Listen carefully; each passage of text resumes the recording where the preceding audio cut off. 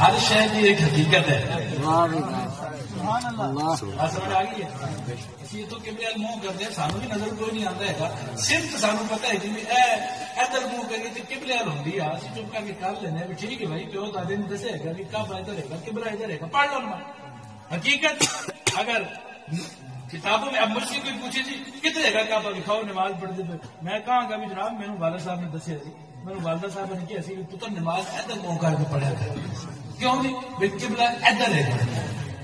ہوں میری کوئی نظر نہیں ہے جی، میں انہوں کی گل من لی، کتابی مسئلہ من لے گا کہ صاحب نظر ہے. جو مسئلے کتابوں سے حل نہیں ہوتے ہیں یہ پھر نظروں سے حل کرتے ہیں. سبحان اللہ. یہ پھر نظروں سے حل اسی اس واسطے انہوں نے کول آتے ہیں کہ انہوں کی نظروں کے نام ساری خالی چوریاں بھر جاتی ہیں، مشکلیں حل ہوتی ہیں، مصیبتیں ٹل جاتی ہیں، آزمائشیں ختم ہوتی ہیں، کامیابیاں نصیب ہوتی ہیں، کامرانیاں مقدر بنتی ہیں.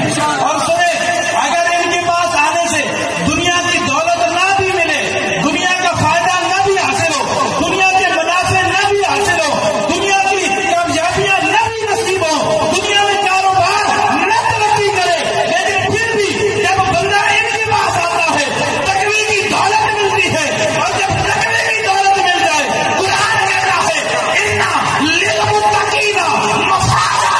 اگر دنیا میں کامیابی نہیں ہے آخرت میں تو کامیابی تیرا نصیب ہے.